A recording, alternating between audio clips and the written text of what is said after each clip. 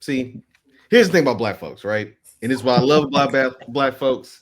And sometimes you're like, you know what? I gotta pull back for a second. I gotta figure out what I'm trying to do, what I'm trying to accomplish. And black folks like, no, take your time, Pastor, take your time. So right now, we took all the time to get right for this because it's another special edition of the 2DopeMarks podcast. That is D to my right. I am Brando. We thank you for tuning in. This is part of our Black Creator Series. And joining us from Austin, Texas, Central Texas, if you will, home of the Longhorns, 40 acres, man from Northwest Austin, the host of the South Congress Pod, a man who has bylines for some of the places I've had bylines for, Complex, the Ringer. He is a member of Yahoo Sports' Uncrowned Vertical with Ariel Awani. And for my money, he is one of my favorite followers on Twitter and vice versa because catch that man's wrath and venom.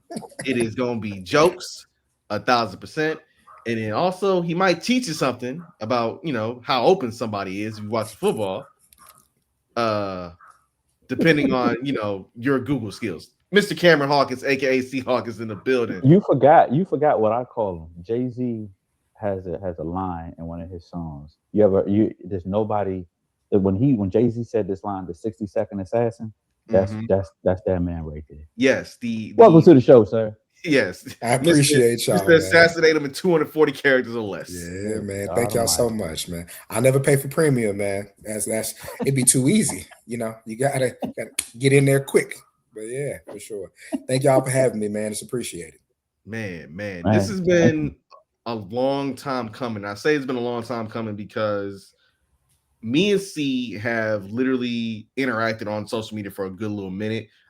D, y'all actually hung out at the bar and shenanigans ensued because, of course, ironically enough, me and Cam were supposed to meet up in Houston, 2020, 6 years ago, because the Rumble was in Houston and he was there with our homie Shelton. May he rest in peace. Rest in peace, literally, I was in LA and I was like, damn, missed the moment. But the dope thing about life is you get moments to do make good. So we caught up with each other on several occasions, caught with each other in Philly a couple years ago for Mania 40, caught up in Vegas last year for Mania 41.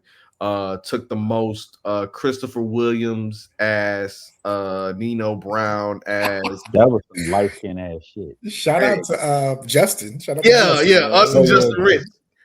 Somehow we always like, yo, let's get the black turtleneck gold chain combo going. Man. Looking like the Rock and shit, but no. Another reason why. What was the episode on Martin with the dog? With the dog? This is mine. Yeah. It was that. It was 1,000% that. But no, man. Like I think we've been following his career for a good little minute, and I feel like if you're gonna talk black creatives, if you're gonna talk black creatives from a journalism standpoint, who better to talk to than Cam? Yeah. It's been a journey, man. It's been you never know what you're setting up for. You know what I mean? You never know why you're keeping that pen sharp, why you're keeping ideas fresh. And the pandemic, for all the horrible things that happened during the pandemic, one thing that came out of it was all we had was social media, right? You're not seeing, you're only seeing the people in your house or the girls you invite over that you're not supposed to. Quarantine. But all we were doing all day was being on the socials, So, especially with wrestling being one of the few things that never went away, we can talk about wrestling. We can get off our jokes, our quips, our ideas, and that's what got me my first byline in Pro Wrestling Illustrated. Because the man Kev reached out to me. He's like, "Yo, I think you're really clever. I like the stuff you say. I like the way you think. Would you like to write something for me?" I was like, "Cool." And got a couple opportunities after that with shout out to Fanside at DDT, also another Kevin, a good dude. And then when we come out the pandemic, that's when my man Emilio Sparks hits me, and he's like, "Yo, are you going to be in WrestleMania in Dallas?" And I'm like, shit, I wasn't going to, but I can pull up because my man lives in Richardson. So I was like, yeah, sounds good. Like I'll come out there. Ended up linking with the Wale Mania team and my man David Shoemaker. I'm in there. I kid you not. I'm in there setting up chairs. And Kaz and I had been on a panel together at New York Comic Con. So we were cool for a while. But I'm in there setting up chairs. And Shoemaker looks at me and he's like, do I know you? And I'm like, nah, I don't think so. So I just keep doing what I'm doing. And he's like, yo, you're Seahawk. And I was like, yeah. He was like, I'm such a big fan of your Twitter. And so that's what? April of 2022. Yeah. No, was that April 22? Yeah, it was April 22 because April 21 was that first. That was in Tampa, right? Tampa when they had like 25,000 fans, something crazy like that. So we're in Dallas. Wale Mania is there, and so this is April of 22. July of 22, I get a call from the big homie Cal. I get a DM from Cal. He said, yo, we've never met. I've seen you on the timeline. He said, what's your situation with PW Torch? And all due respect to PW Torch, shout out to Wade Keller, who got me into all this. And we can go back to that. I know I'm kind of telling the story from a certain point in time, but I was like, yo, like, I didn't want to say they don't pay us, but like, if you need, like, I was like the third man on the podcast and I wrote, but it wasn't really how that site broke down. And it was never like, oh, you're supposed to pay me, but you're not paying me. It was like, nah, I'm doing this for the love. Like I'm doing this because I want to do it. He said, what's your situation over there? I was like, well, I'm over there, but if you ever want me to do something else, I can. And that day he put me on at the Ringer. And then literally as soon as we got out DMs, I called Ricky Starks. I said, Rick, they just hired me at the Ringer. You gotta let me interview you. He said, Cam, calm down. That's the first thing he said. Cam, calm down. He said, I'll call you back in 10 minutes. He calls me back in 10 minutes with my man Danny from AEW PR. We did the interview with Rick then. And so that first Ricky Starks, Sound and the Fury came about like that. And then, they gave me, I think, Dax Harwood. Let me shut up. Keep going. I'll tell this. I'll go for like 20 minutes, but go ahead. Keep going. I'm listening. No, it's fantastic because that just shows that gives me a segue to my next question. Like, you've done all these things, accomplished these many things in journalism and wrestling, but where your love for wrestling began? Oh man, I'm you from Philly, D? No, I'm from DC. I'm always in Philly. We've talked about this over drinks, of course. So I'm from Upper Marlboro, right? When my parents got divorced when I was little, we were living on Andrews Air Force Base. My mom was an airman. She had money, but she didn't have money, so she was working at the Capitol Center, right? Oh, word. She was covering like the Bullets games and the Caps games and Ninja Turtles Live and all that. But one day, like when she couldn't find a babysitter, she would just take me to work with her. And I would just be like going through the stands. So she took me to a house show. It was Flair and Hogan in the cage. And I had already been watching wrestling with my dad and my grandfather, but that sold me. It was like, yeah, this is it. Okay. This is it. So, and I just I'm one of them people who, just because I get older, I'm not going to put something down. Like I was always still like cartoons and comic books and sci-fi. Like none of that ever went away for me. So I just always kept watching wrestling, and especially, being 40 now. When I was, 10, 11 years old, that's when the Monday Night Wars are kicking off. Mm-hmm. When I get to middle school, that's when everybody in the hallways telling each other to suck it. You know what I mean? So, and I graduated the June after WrestleMania 19 when Hogan and The Rock say goodbye. So everything kind of happens like right there in that period. So I loved it from a kid, from what it did for my family, from how it let me spend time with my father, how it let me spend time with my grandfather, my mom. So it was always a family thing. I remember my grandfather used to tell me, he said, Cam, that's how Pop said, Cam, we was in the barbershop and we was arguing about whether the Rock was black or not. And we had to look up who his peoples was. I said, okay, that was great. I don't know how they looked up who he was in 2000 or whatever, but yeah, it was great. It was great, man. But no, they always had a love for it and never stopped talking about it. So, I always kind of maintain that love. So yeah. So here's my question then. Did they think The Rock was part of COINTELPRO once they figured out? I don't know what they thought. Shout out to Pop, man. Pop was the one that was like, no, he black. I don't know what they was thinking, man. But what's funny? Like my grandfather, rest in peace. He's what, at least 40 years older than me, give or take. So the fact that we have been having that conversation for, his adult life, and then from when we was kids to our adult lives, and that conversation is probably never going to stop. So, one of those enduring things in the culture. What is The Rock? So yeah, because my grandfather was the one that introduced me to wrestling, and I told the story before. I used to run around his apartment with toy guns in my diapers because he was a man that was a sergeant in the U.S. Army, and he just happened to have them shits around. And this was around this is like early 1990s, so you know who the man was, quote unquote. And I was at that time, don't hurt that man, don't hurt him. Can't do it. I am not going to speak that man's name because, I've grown up. I've learned things, you know what I'm saying? Because with new information and new knowledge, you make new choices and new decisions. For sure. Therefore, that's how I got it. I was 3. And then I somehow convinced my uncle to let me rent a copy of WrestleMania. I think it was like WrestleMania either 2 or 4, I forget which. But this is back when you go to the goddamn store like Blah Blah, something like that. WrestleMania used to come in a 2-pack VHS. Sure did. And be like, God dang. So like, how heavy is this? Because again, I'm only like 4 or 5. I'm like, how is this? Trying to put it in there and watching. I'm just like, yo, just put the wrestling on. I'm sitting down. Do not ask me anything. You want some snacks? Yeah, I'll take some snacks. Anything else? No, I'm good. You use the restroom? I can use the restroom. We're good. I'm just watching wrestling. So yeah, I think shout out to grandparents. Shout out to grandparents who basically let you get away with damn near murder, and then ultimately are the ones that kind of rear you back into things. So I know when I got the itch to like translate my love of writing into something that was a passion of mine, i.e. like wrestling, right? When did it come for you? Yeah. So, my degree from UT is in English. So I always loved to write.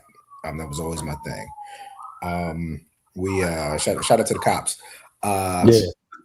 We so when I graduated, I didn't want to teach English. So I got a job working at a for-profit college. And it was, the routine was pretty set, man. I go to work, I come home, I hang out with some people, but it was me and the dog just at the crib most of the time. And I remember wanting to look up some wrestling stuff online, and ended up finding PW Torch. And so I was like, man, people are like writing about this like long form and like opinion pieces and interviews with wrestlers. Like, this is really cool. So, as I kind of would navigate the site, I saw that they had this show called the Pro Wrestling Torch East Coast Cast. It was 2 guys from Philly who would get together every Wednesday and do a live call-in show. And it would be like 3 hours long. So, if it's in the evening, like that's the ride home, and that's that's when I'm at the crib making dinner and all that. And just the way they would talk about wrestling was just so natural. And they had great callers. And so I would start to call into the show and got cool with the guys, and they liked my opinion. So eventually my man, shout out to Bardre Purnell and Travis Bryant, but eventually Trav, brought me, into the fold. And was like, yo, I want you to co-host with me. And so all of a sudden I was talking about wrestling, back and forth to, my host and talking to peers. But my thing was always like, even early on when I didn't have like a wrestling writing job, I was always like, how can I make sure I'm carrying my weight in this space, right? So when we were doing stuff with the East Coast cast, I was like making the graphics and I was designing the merch and I was like all on top of that. But then like I'd be like, oh, like I talked to Wade because Wade was always available. Like, oh, I love Bruce Mitchell's writing. I love Sean Radican's writing. Like I can do that. I want to write. And he would give me that opportunity. I remember, I don't think it's the first thing that I wrote, but I wrote this thing called The Ballad of Kofi Kingston.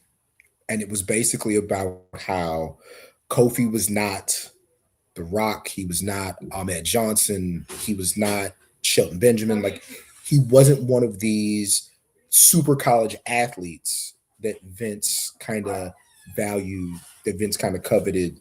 He was more of a regular guy, for lack of a better way of saying it, even though he was hyper athletic. And so it was just about how having a guy like that who doesn't come from this crazy D1 football background, but having him at the point where he can be a world champion, that means something to guys like me, even if I'm not pursuing wrestling. You know what I mean? It just lets me know I can get into rooms I was never supposed to be into if I want it bad enough, you know? And so, yeah, I think that kind of got everything going. And that's when I really realized, like, no, this is something I want to keep my pen sharp for, writing about this thing that I love. So, yeah. So that leads into my next question. You've done the writing thing, you got your degree in English, and you're talking about wrestling pretty much every day. So out of the whole like spiel of things, what's your favorite part about it? Like, I get that you get to talk to wrestlers, I get that you get to write it, but what is your favorite part about the whole thing? Talking to niggas.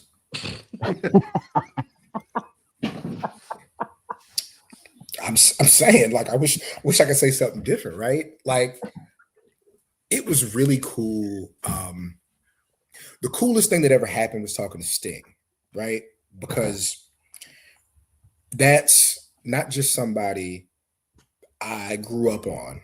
It's not just somebody I've cracked mad jokes on, but I always loved Sting. But that was when they gave me the ball. That's when AEW trusted me enough to sit down with him for an hour and a half and tell that story, you know? That's the coolest individual thing. But as a whole, man, like, when we went to that Wale Mania, that first one, and I had just, I wasn't with the Ringer yet. I was on social media. I had done like a couple of magazine spots against some lower level internet spots.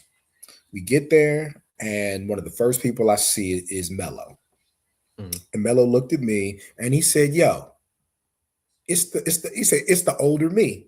And I was like, I didn't even know this dude knew me. You know what I'm saying? But we chopped it up for a while. Come to find out, like, he knows me, right? I remember that same night we were with the Street Profits and they had no idea who I was, right? Then we get here to Vegas for the Netflix brunch after WrestleMania. And Tez cuts like a whole video. Shout out to my man Seahawk. He been doing his thing in this wrestling journalism, you know what I'm saying? And we just like kicking it. It's like I get to tell Black stories that have never been told. That's the thing. Like people have told their football stories, their basketball stories, their track stories, and that's great. Like, we want to hear all those stories.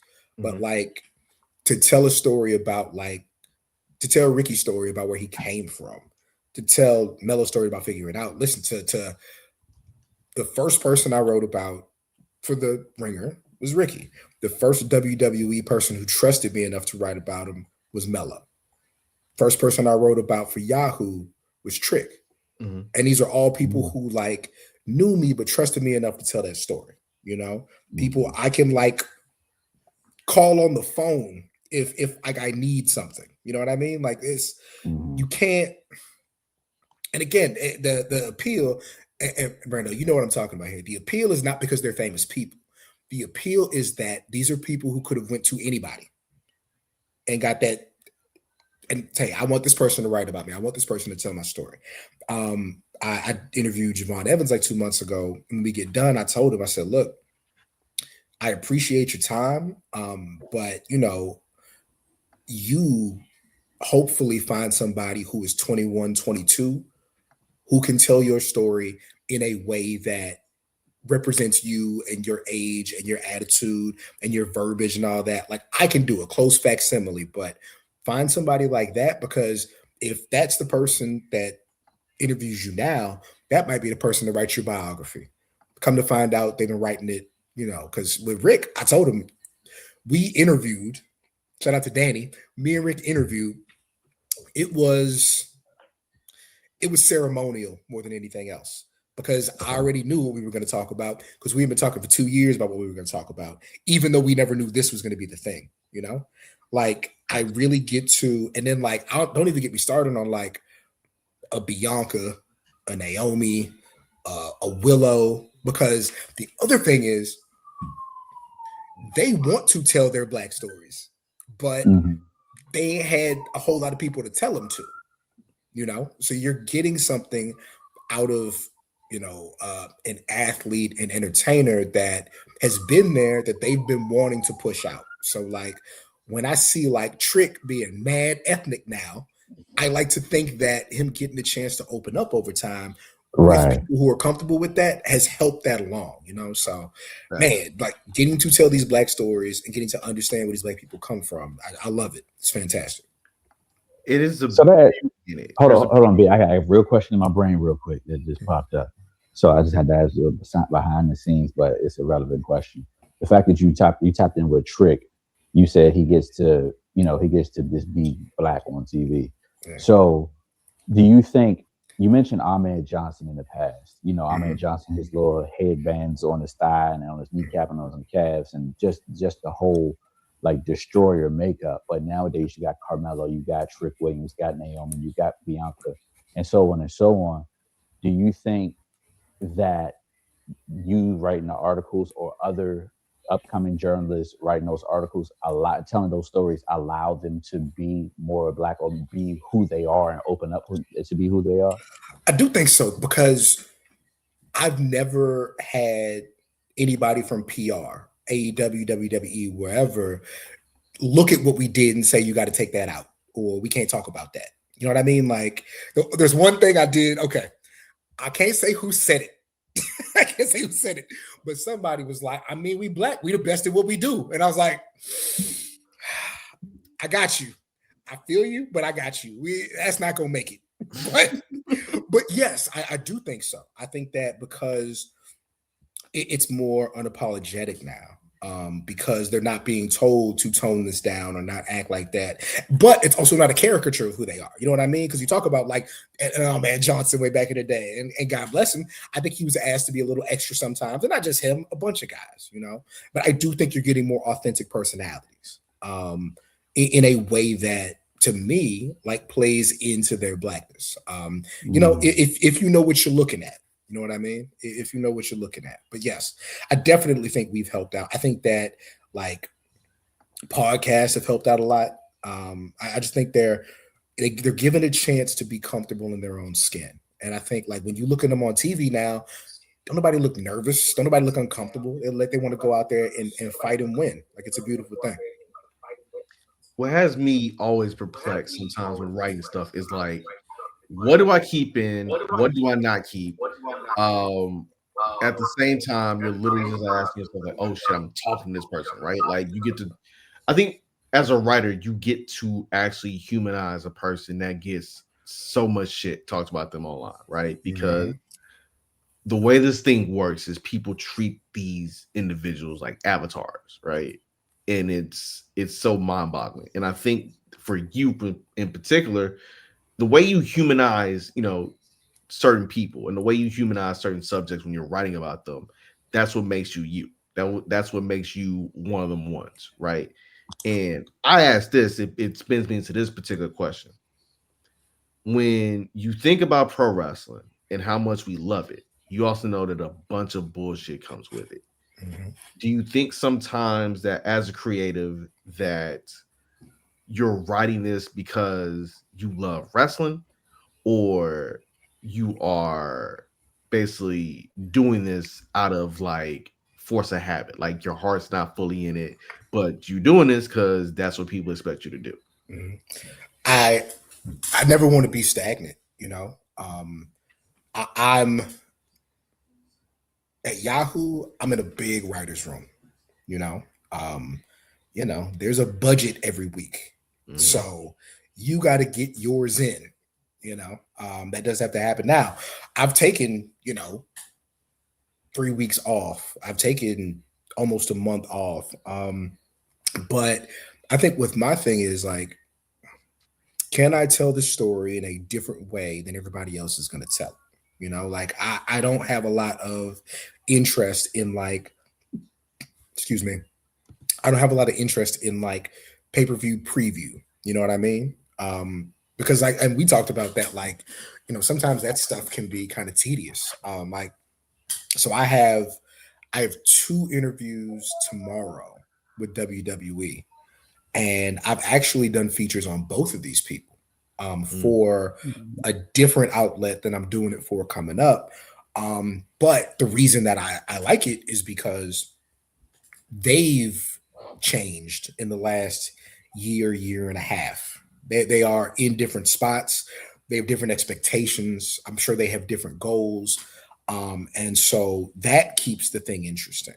Like that first year at Yahoo, I was writing like event retrospectives as kind of a cheat code. I thought they were really good, but it was like, I'm not writing a feature on a person. So here's the best of the American Bash, here's the best of the Royal Rumble, but you can only do that one time, right. Like you do that once, you can't do that every year. There's no way to like recycle or remix that, not for no damn money, like you can you can retweet it.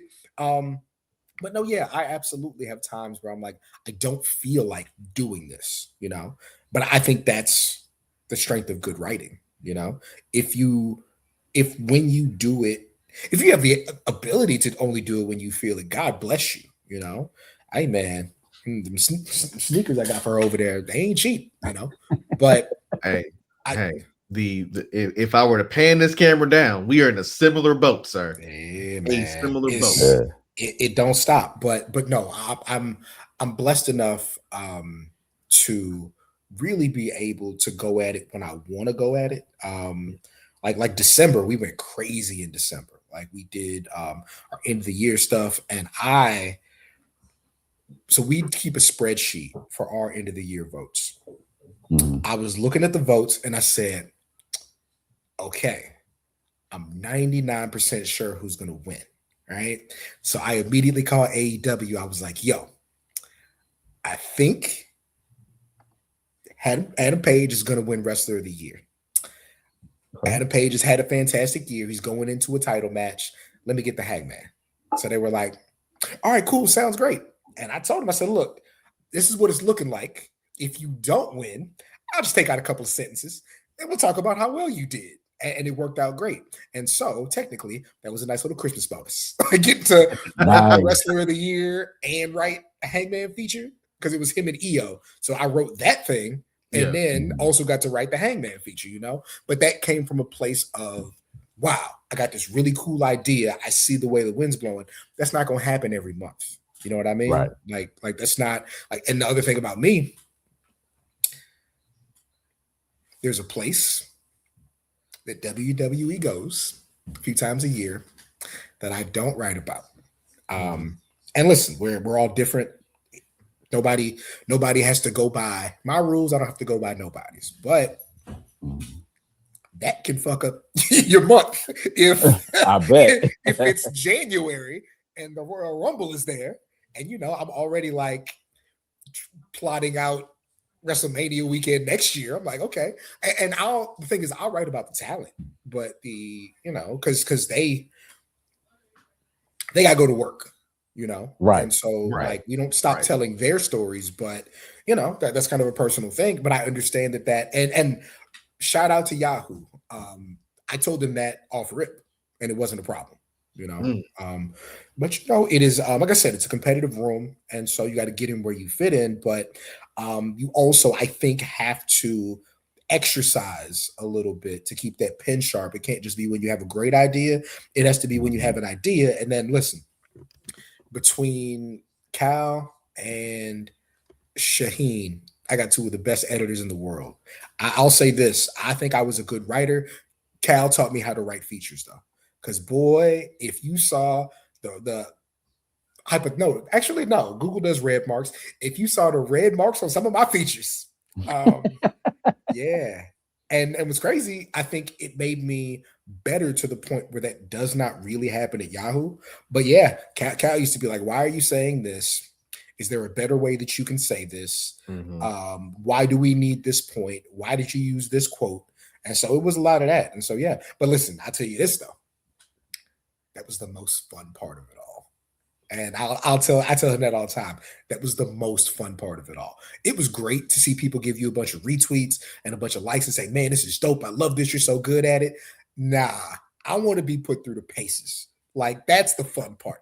Like, the actual working out of it is the fun part. So, yeah, man, I think I write for my peers. And that keeps me motivated. I write for my writers. And so, yeah, that's how I stay motivated, knowing that there's guys and gals on either side of me who are very good at this, who I want to keep pace with. That's dope. Yeah, that is. Look, to have a mindset of like, yo, I'm writing in not even in like true competition, but in appreciation, because I know somebody else can be like, I know I can do this a little bit better. Right. Been there before. And in terms of watching a Google Doc turn from a couple thousand words into a whole bunch of red ink, brother, it's tough. It brings you back down to earth, man, but it makes you want to push back up. It's fun. Yeah, really for sure. You're Sisyphus in a sense. You're trying to push that rock all the way back up that hill. Back up that damn hill. Yeah, man. Yeah, man. So, as somebody who covers wrestling the way you cover wrestling, you have also had to entertain, and I say entertain loosely here, the best and worst of the internet wrestling community. Yeah. Do you think that the sparring sessions you get into on social media help you as a writer when it comes to trying to make a sharper point? Oh, I tell my friends that I'm like, this is practice.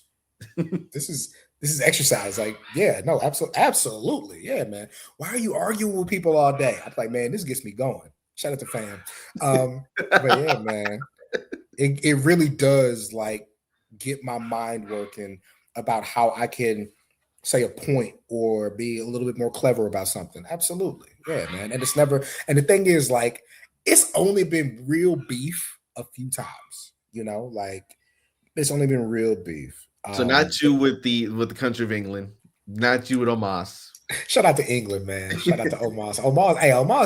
Omos got to stop hugging my girl so tight. I don't like that. Don't. Y'all can just dap up. It's cool. You won't hurt her, I promise. But nah, it's rarely like, the only time it's really been beef is when people start to question your character, your moral judgment. And it's like, whoa, like that's not wrestling. We can have different opinions on stuff, but that's when you really got to like bring it back down. But nah, man, it's typically in good fun. Like, yeah, man, when I told that one guy, he was, I don't know what he was mad at me about. And I said, well, I might have asked him, I've seen you and your girl. There's no way your kids are okay. That was a little mean. But he was being really mean to me that day. I'm sure his kids are lovely, despite their very, very, very ugly parents. But I'm sure his kids are lovely children, right? Mm-hmm. But then, like, you know what it was? Let me tell you what it was. I almost forgot. This is why we got into it. UFC don't pay their fighters enough. They still don't.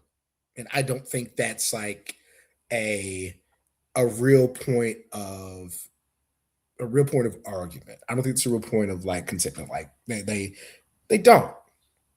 So this guy was like, you need to shut up about what they doing over there, and UFC, they take care of their people, blah, blah, blah, blah, blah. Come to find out, the same dude was trying to figure out a pirate site where he could bootleg the fight. So I said, how are you dick riding the man that you steal from? Nigga, are you Catwoman? And it was a wrap. Yeah. It was a wrap. He literally has a fake Seahawk account to this day. That's real beef. But nah, that's that's the extreme of it. It's typically a quick argument, a quick quip. I none of that stuff gets really, really bad. And listen, I've had those times where the IWC was really, really down on me, but it passes because it's part of our lives, but it ain't real life. Has it been really good for my life? For sure. It's probably changed my life. But if it went away tomorrow, I think I'd still have a good facsimile of what I have. So I will say this. The first time I came across your Twitter feed was not the Venom tweet, ironically enough, which was literally quite possibly one of the most genius things I've ever seen committed to screen. I'm not gonna hold you. It was an exchange you had with a man who basically said that he made more money than the dude his ex left him for. Yeah. To which you responded in a retort that is Richard Pryor, Dave Chappelle, even James Lipton of Inside the Actor Studio. Shout out to James Lipton. May he rest in peace, by the way. So he's making 50% of your check, but he has 100% of your girl. That's how that happened. And also, how much Low is making it to Vegas? Ooh, I gotta re-up, man. You didn't seen all my tough pieces. I gotta get back. Wait. I'm about to say, you a fan about to be like Just Blaze was back in hey man, when the low what was that? Yeah, low I got happened when the Polo League dropped. I got a low duffel for Christmas. I can't barely put nothing in it, but I'm gonna have it. Got some Polo red cologne. Yeah. I just caught the bucket hat. I understand what it's going to. Yeah.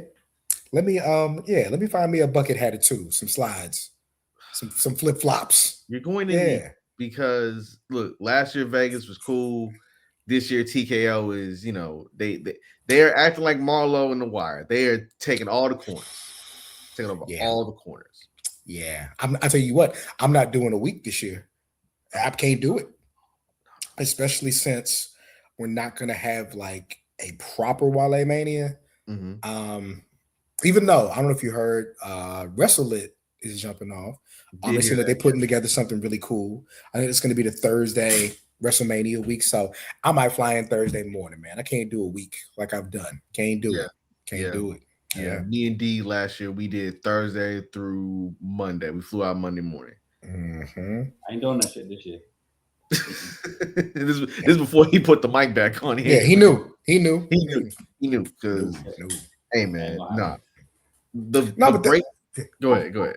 I was gonna say that dude was a great sport about that tweet, man. I think some self-reflection is what happened. Like sometimes you think you're saying something clever or profound, and somebody got to remind you of how it comes across. Like this weekend, I tweeted 4 years ago. Why do you keep telling people you don't know who Bad Bunny is?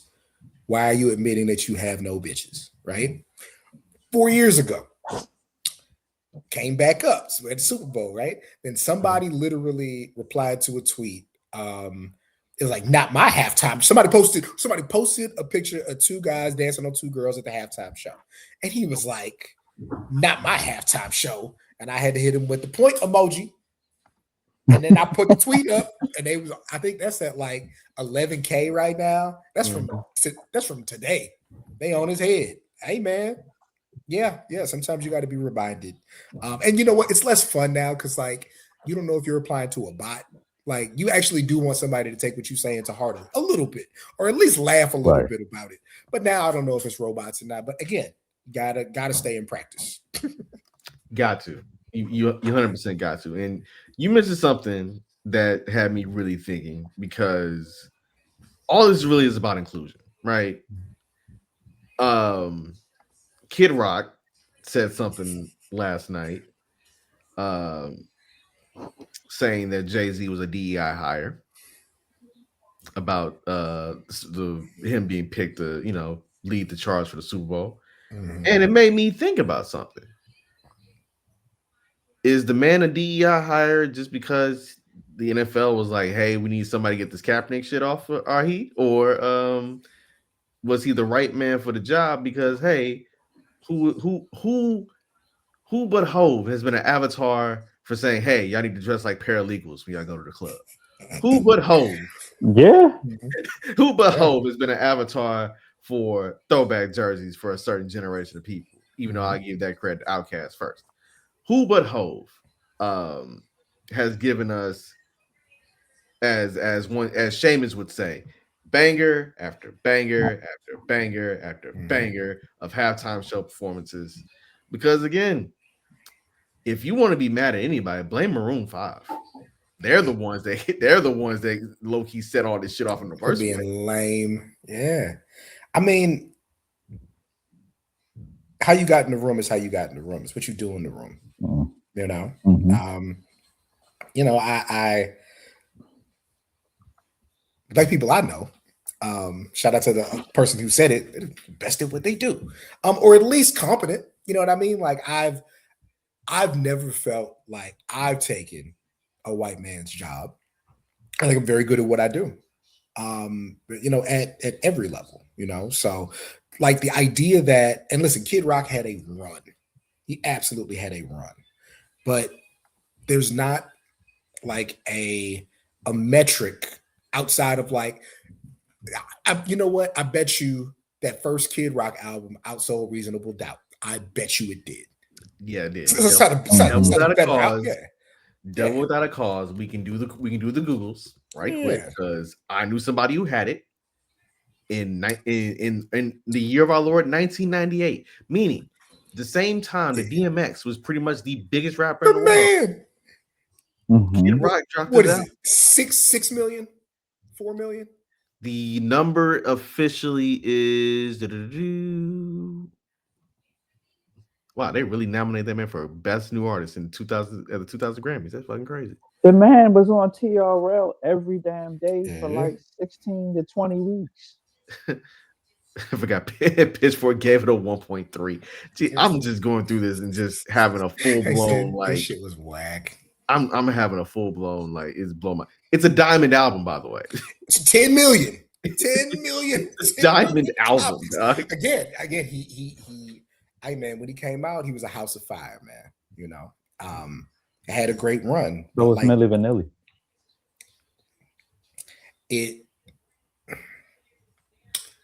If you have to switch audiences at any point, I think as an artist, I think you failed as an artist, because your core should never leave. But like, if you're not making significantly different music, and his music isn't super different, it might have, I don't know, some different synths, some different drum patterns, but he's not making different music. He's making, fake rap rock, fake country, white boy music that never died. But when your music is a fad, like Eminem sustained, because Eminem is like, one, super technically sound. I'm not trying to say they're the same guy, but super technically sound, clever as hell, and genuinely speaks to a portion of the country that has never been spoken to.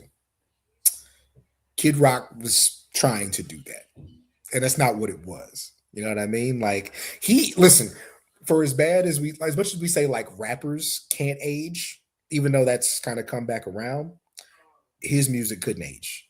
Like, there was no way to keep that going, because we don't believe you a badass. We don't buy it. That's not really how you live. So yeah, like Jay-Z, Niggas were not doing nothing Kid Rock was doing. White boys was not wearing their hair longer. They were not wearing more shades or more vests or more little silly hats. You did not see niggas at the Kid Rock shows dressed like Kid Rock. Them white boys is at the Eminem show with bleach hair and a white tee. Mm-hmm. Facts. Yeah. You know, like, yeah, that was, yeah, it was different. So, man, fuck Kid Rock, man. Like, you got it. Get it how you live, but nah, man, I can't rock with that. Hey, brother, you had 1998 to 2003, and then you had that fake Sweet Home Alabama record, all summer long or whatever the fuck that shit called. But no, the fact is, look, dog, that side of America got to understand, like the Super Bowl, that's everybody else for the next 5 years from here, right? Yeah. You better enjoy. Mind you, and you'll love this statement much as anybody can, because you know exactly what I'm about to say. I ain't never seen so many people mad at thick Latinas on TV. I'm like, what is y'all fucking problem? You knew exactly what was coming, man. I couldn't even imagine arguing it. You knew exactly what was coming, and they had the skirts. They had the skirts. They brought those back, and they had to have the skirts because if they didn't have the skirts, the camera angle would have been some problems with the FCC. But yeah, it would have been, man. Especially this FCC, right? Literally, all right, because I ain't get to like go fully in depth. I think you had to talk with a creative to go fully in depth and appreciate what that show was, right? So again, do I know a whole bunch of Bad Bunny songs? No, outside of Booker T, Chambea, thanks, Backlash. Mind you, that's a 2017 Bad Bunny record, and that shit rang off like it was red, right? That shit crank. Yeah, but I knew the records going into it because I also listened to the album, right? And what I saw was similar to what I saw last year with Kendrick. A story was being told. Now, whereas Kendrick's story was like building up to the crescendo of I'm about to drop an anvil on a beige nigga's head. Wile E. Coyote style, dog. That's how Wile E. Coyote, yep. Bad Bunny was literally like, nah, I'm about to bring the island to Santa Clara, California.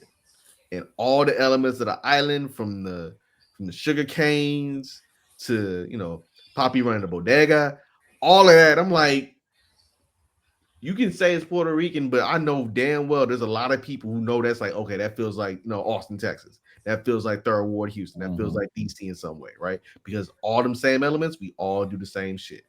Little kid being tired at the wedding and then he sleep on the couch while everybody's still partying. Been there before, right? Yeah. Literally, that shit was so fucking fun. That shit was beautiful as hell, dog.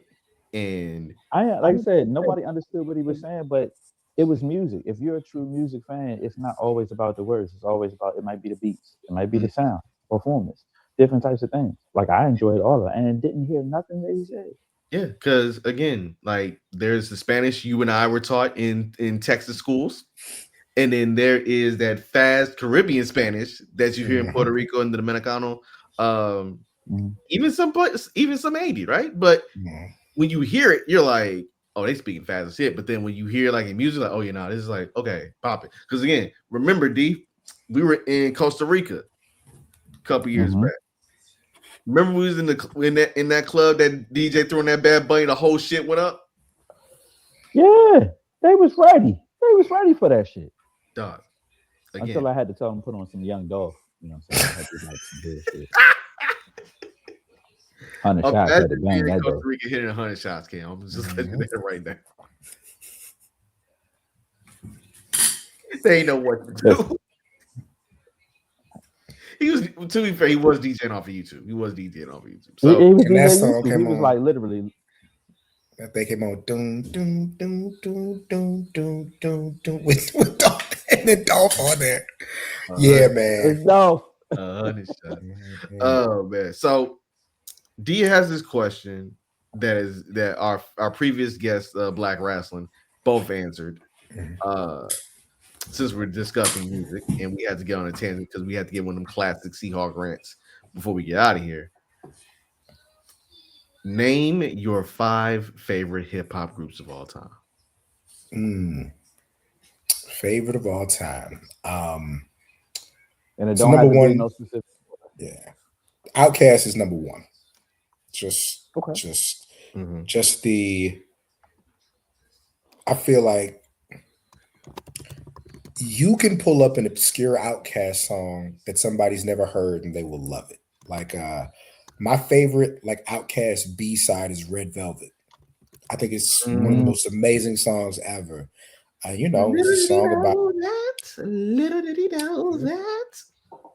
about not stunting, man. It's a beautiful record. Just the music they make, I think, over time, watching people really grow up.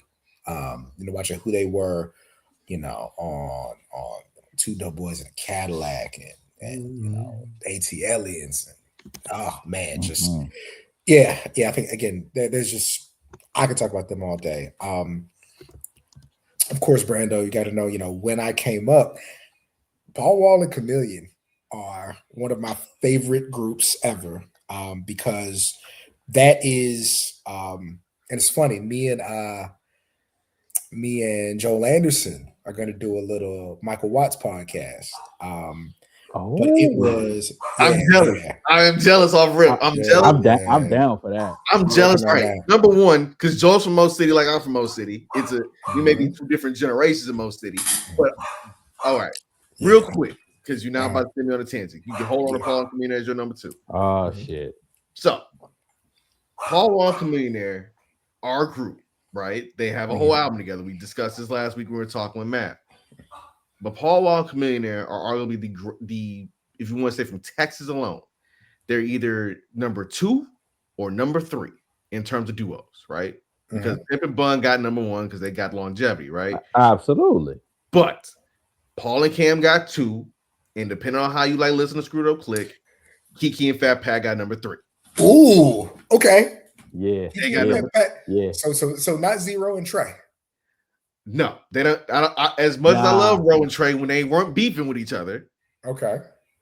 Ro and Trey probably my 4, and the reason why is because look, I know that Ro and Trey gave me No Hook. I know they gave me ABN. I know they gave me Fondra the Man, right?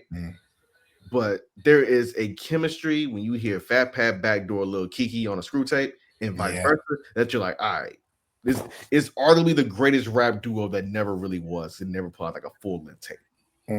Right now, if we talk in Swisher House real quick, since y'all doing this pod, and I may write something about this. I am actually doing this, but Swisher House took what DJ Screw created in Screw, right, and they applied a modern business model to this shit. So I asked my homie from Oklahoma, hey, when's the first time you listened to some Swish House, right? And he said, I was in Dallas at Big T's trying to figure out, do I want to get some shorts, a grill, and maybe my oil change for $80. And what happened? And what happened next? Somebody said, hey, you want to check this out? Yeah. And so basically, George Lopez. Shout out to G-Lo and Trinity. Yeah. So George Lopez had Switch House tapes at the table because, again, he was like, yo, mind you, real quick, George Lopez is a legend because George Lopez gave us Dirty South Riders and DSR, right? That's first. So at T-Town's Bazaar, literally, you get all the Switch House tapes. Why? Because Paul Wall drove them bitches there himself. Drove to Austin, drove to San Antonio, drove to all the little, let's say, all shout out to Nacogdoches. Shout down, right? Huntsville, exactly. Basically, Michael Watts and them said, we are going CDs because if Screw doing tapes, we doing CDs, and the connection there literally grew. I cannot recall and tell you how often I tried to burn a few Swish House freestyles on a CD off Kazaa, because again, I was a little too young to just go ride around and go find them. But also the two greatest little flip freestyles are on Swisher House tapes. We Blow Endo and When We Ball are both on Swisher House tapes. Yeah. And the legacy that is that Michael Watts perfected what Screw created. That he figured out like what is the most memorable thing about a Screw. is slow down, but bringing it back because you always want to hear that one line or that one bar, that one super play. And also, Swisher House as a collective might have better rappers than the Screwed Up Click in totality. Yeah. Like, again, they got, Pat, Kiki, heavyweights. But they also got a dude over You know who there. they don't have, though? You know who they don't have? They don't have Cam. They ain't got Slim. They ain't got Paul. They ain't got shoot. They ain't got Big Pick. They ain't got Big but Ty. they don't have the 50-50 twin. Yeah, they don't have 50-50 twin. They do not. 50 said, catch me at the Kappa. I'm a Cap and Kappa slapper. Plus a Cap and Kappa jacker / Cap and Cash stacker. Call a tow truck because 50-50 gonna wreck it. Woody Woodpecker see my steering wheel and started wrecking. Bentley Diablo and a Coogee plane. My chameleon paint fifth wheel catch the Holy Ghost in flames. My brother is on lock. Like Danny Glover, I got a Glock with Paul Wall two-way. I could make my trunk pop. Yeah, I still listen to that. Hey, all right. Yeah. Also, what it do is Paul Wellican, fly like a pelican. Inside my skin got a Versace skeleton. Man. Ooh, yes. Oh, it's just. So yeah, y'all have y'all ringer fun in a couple of those Switch House Pie. All right, because look, again, this is also the same crew that say we arguably have the greatest Houston freestyle in Drinking My Cup. They also have Big Ballin', and they also got and I'll get your mind correct. I'm about to say they have In Love With My Money, which is like one. It might be the best song that I wouldn't consider, even though it never charted big, it might be the best single to come out of that era of music. You know, that's not, and again, like it's still tipping is culturally important. Like there's a cultural value you can't like replicate with that. But let me get back. Number 3. We can be here all day talking. You still on number 2? Oh, no, he said Paul. He said Paul Camps too. Okay. I put, of course, UGK's there. Now 2 more, because there's so many. Now you start to get afraid of who you might leave out, right? I had that issue last week. Yeah. God. Who else? Look, I'm like, who else did they say? Damn. They said all the regular ones, but I mean, I feel like our guests for the next couple of weeks are actually going to be indifferent.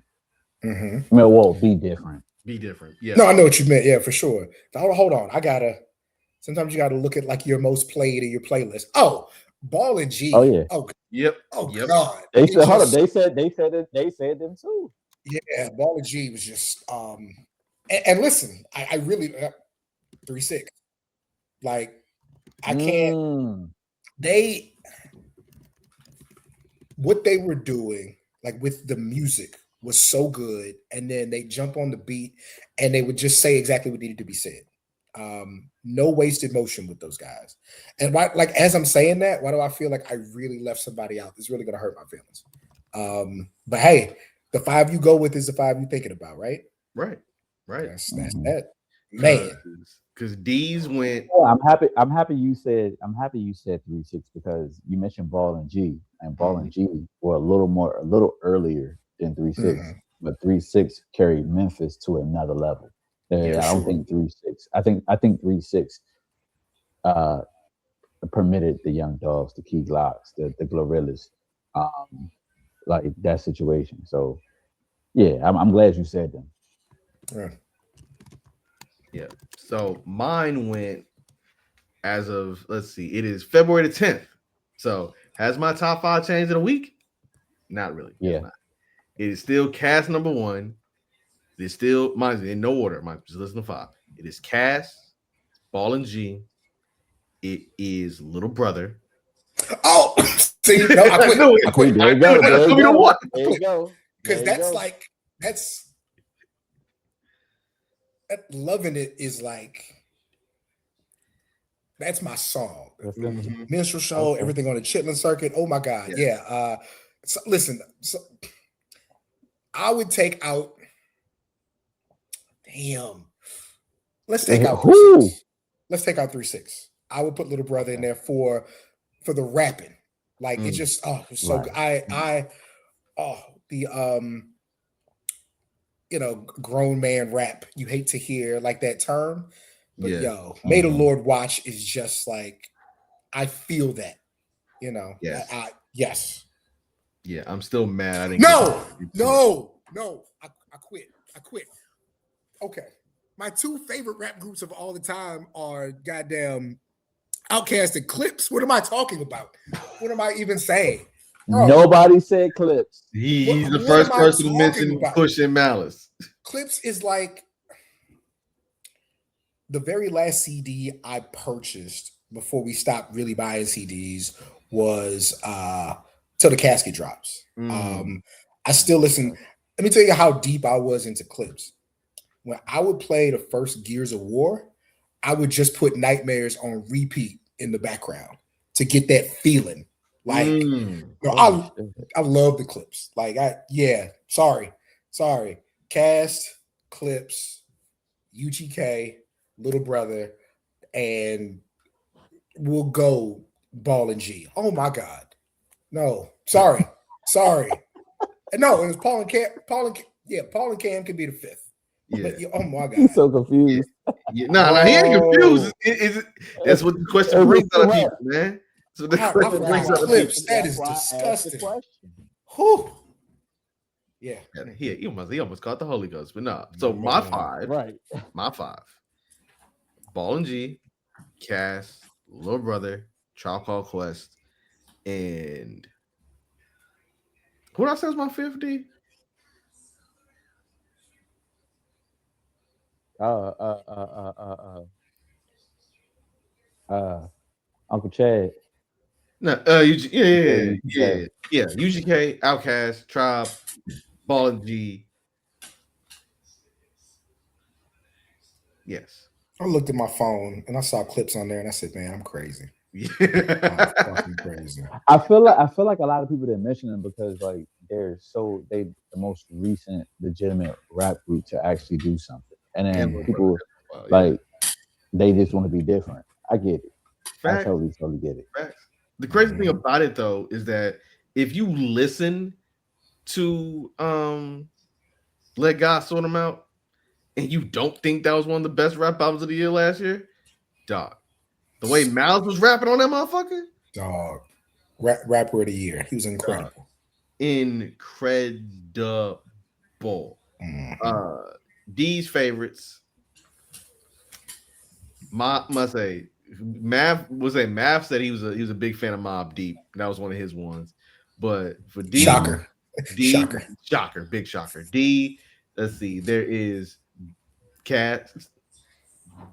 There's UGK. Those of course, and then Wu-Tang. That was his top three. Sure. Wu-Tang was mine. Ray and Ghost, or just as a unit? Absolutely. Actually, no. To be fair, Ray was my favorite. Dak was my second. Dak had the best lyrics out of everybody. That is surprising, but he's dope. Yeah, he just didn't transition to the mainstream like Ray or Ghost or Meth or ODB or whatever. But that Obama Atomically, I knew you was gonna go Triumph. I knew it. I mean, but he opened the shit. I mean, listen, that's a whole nother monster, and he's the most underrated one. People look at Meth for Takao. People look at Ray for, you know what I'm saying, like the perfect sake. People look at Ghostface. I'm like, what are we doing? But that's the commercial one always gets the best promotion. Mm-hmm. But if you're a hip hop fan, you know what you know and you like what you like. You talk about listening to music and not understanding the words, but knowing it was dope. Ghost is my favorite rapper, and I can maybe recite one Ghost song, but I know he's dope. Like, yeah, and I'll listen to them. I'll listen to Supreme Clientele back to back to back. I love what he did on Fish Scale, like, yeah. And I know he's great, and none of it makes sense. And he says, I don't really be rapping to make No. sense. So what? It's so good.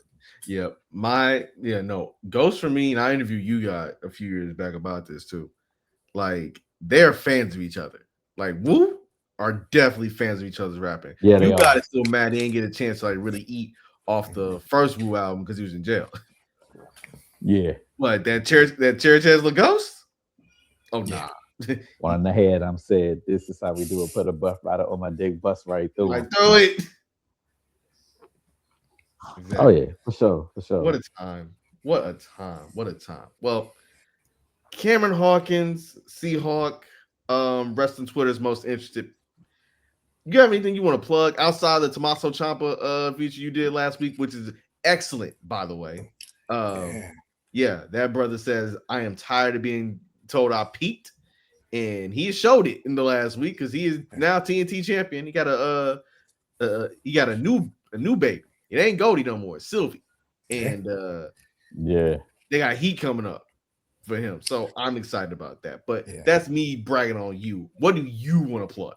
Hey man, real quick, shout out to Ciampa, man. One thing that didn't make the article, I said, who do you want to face? They gave me some names and this and that. I said, hey, Kev Knight said he wants it. He said, no, he said no, he doesn't. He said, no, he doesn't. He said, hey man, he said kids will be kids. And he said, with tongue in cheek too, because I made sure Kev was cool with it. He said it, but he was like, he's a good bump taker, he can jump around a little bit, but this ain't what he want. I was cracking up. Champ was a very good interview, very motivated, very cerebral guy, not in the way people like throw that word around and say he's smart, but he really pays attention to what he's doing and who he wants to be. Yeah. I guess the only thing, well, I got feature coming up with talking about my weekend in Vegas for UFC 324, being hosted by Total Wireless. That'll be on Fightful because I said, Sean, they flew me out and they put me in a hotel. I can't take no money for this. And he was like, do you want to give me some money? I was like, no, bitch. So that's a cool dude. That's a free feature over there on Fightful. Shout out to Sean Rossap, man. Salute to Sean Rossap. Salute to his love of the Cincinnati Bengals. I wish they did better by him, but they cheap. Right. So. Outside of that, like I said, I got probably two things coming up with the Ringer in the next few weeks. And I've written for the Ringer it's been a while. But I got some things coming up over there. And then, like I said, thing me and Joel are working on. That's probably, that's I would love for it to be on the Ringer. I'm pretty sure that is going to be a South Congress thing. And then finally, still the very best wrestlers of 2025 book you can find on Gumroad. Me and 6 really good writers talked about who we thought were the best wrestlers of the year with graphics and features, and the fantastic artist Laura Moran did the artwork. So yeah, man, we do a little bit of everything. Like I said, I try to stay valuable in the space and do something a little different whenever I can. So yeah, we got like you said, the Ciampa thing just dropped. Shout out to Yahoo One Crown for that. Apparently, we just started a new podcast with Solomonster. I just see the tweets like everybody else see the tweets. So so salute to him doing his thing. I think episode 1 just dropped today. But yeah, man, a little bit of everything. But yeah, just follow me on the socials, Seahawk, CEEHAWK. I'm love to talk to you there, but don't come talking crazy because you can get put on the wall too. That's about it, man. That's about it. D, you got anything you want to plug? Follow 2DopeMarks. We got a whole month, Black History Month, full of other Black content wrestling creators, and you never know who's gonna show up. These is facts. So yeah, that is tonight's Black History special for 2DopeMarks. We thank you for tuning in. Follow 2DopeMarks on everywhere you may find podcast, YouTube, website, etc. All the same.